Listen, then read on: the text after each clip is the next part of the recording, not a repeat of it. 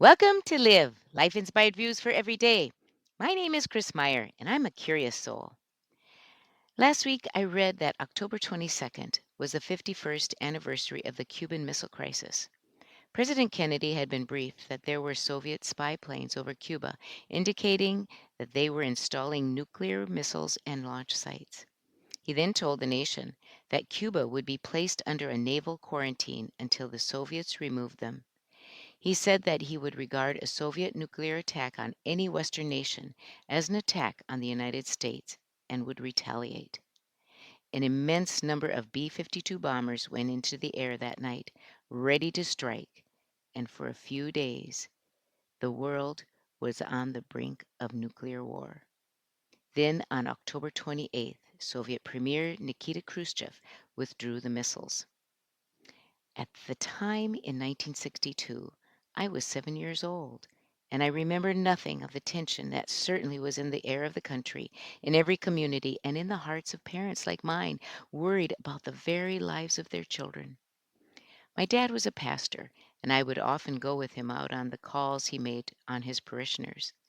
I do remember coming home from one of those calls, and as we walked from the garage into the house, he told me that he thought he might see the end of the world in his lifetime. I think that must have been around the grave time of the Cuban Missile Crisis.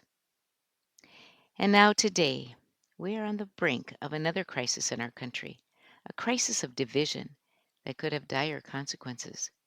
And yet today, I watch my 4-year-old grandson dance around with uninhibited joy, unaware of the burdens of worry his parents, grandparents, and auntie face for his future. Just like I did as a 7-year-old, unaware of how burdened my father was as to wonder if he would see the end of the world in his lifetime. This is pretty gloomy to think about, and I will not give away my inner power to gloom, to take up residence in my head, in my present moment. It is not easy, but it is possible to take control of those thoughts so that they do not encumber us all the time. So here are some tools to get you through the next several weeks as the election is upon us. Next week, I will be presenting in Des Moines a session on learning and teaching resiliency to the Iowa School Counselors Association conference. I am so grateful for all I learned from the research I did into the art of resilience. We can learn it and live it.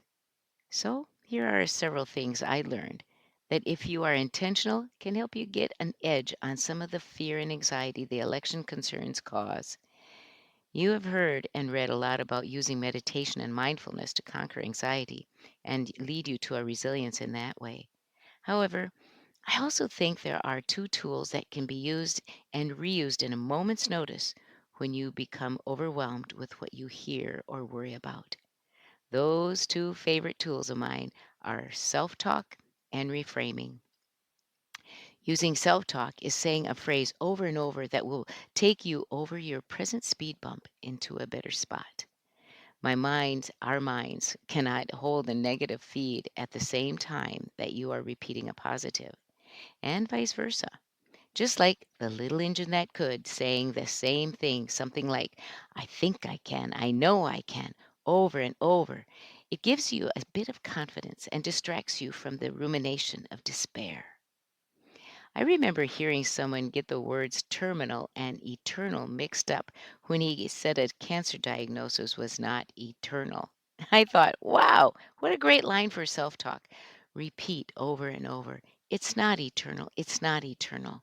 This too shall pass, and we will get through, just like the 1962 missile crisis or the pandemic. Reframing is turning the situation around or slightly in order to look at it in another way. When I was diagnosed with cancer, I asked myself, what would be the good in, that comes from dying if that were to happen? It was during the Gulf War, and I remember thinking, well, I wouldn't have to wake up in the morning and wonder if our son would have to fight in the war. For some reason, that frame brought me peace. Sometimes simply reflecting on the situation and looking for some frame that allows us to see it in a different light can bring a bit of peace and control to our thoughts. My favorite self talk phrase came after I met a cashier in a store. I noticed there were some strange words tattooed on the inside of her arm. I asked her what it meant, and she quietly replied, "It says Dum spiro spero." It's Latin for while I breathe, I hope. Hmm.